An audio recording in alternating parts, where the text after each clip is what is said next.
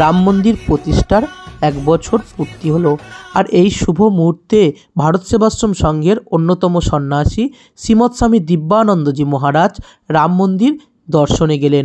ইতিপূর্বে তিনি প্রয়াগরাজের মহাকুম্ভ মেলায় যোগ দিয়েছেন এবং সেখান থেকে তিনি অযোধ্যায় রাম মন্দির দর্শনে গেলেন।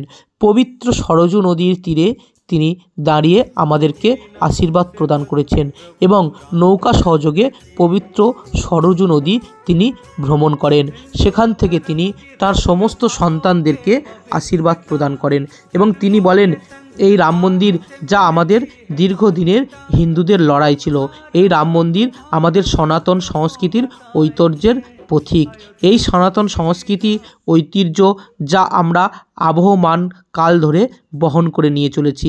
ভারতবর্ষের মহান সাধু সন্তদের এই দিনটিকে স্মরণ করা উচিত এবং এই পবিত্র রাম মন্দিরে সবার আসা উচিত। যারা প্রয়াগরাজে আসছেন সেখান থেকে আপনাদের সম্ভব হলে অবশ্যই এই রাম মন্দির দর্শন করে যাবেন।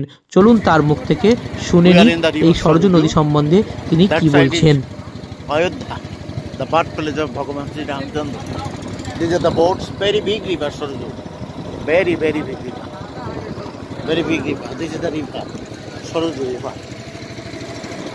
There are lots of boats are going, fantastic.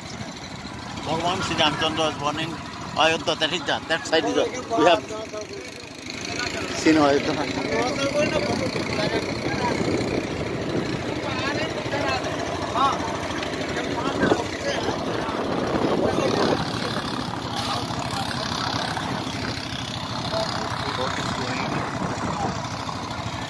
আমরা নৌকো বিহার করছি সরযূ নদীতে, ফ্যান্টাস্টিক সিনারি।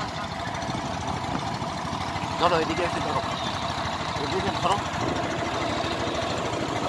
কিছু করো দরকার নেই। সরযূ নদীতে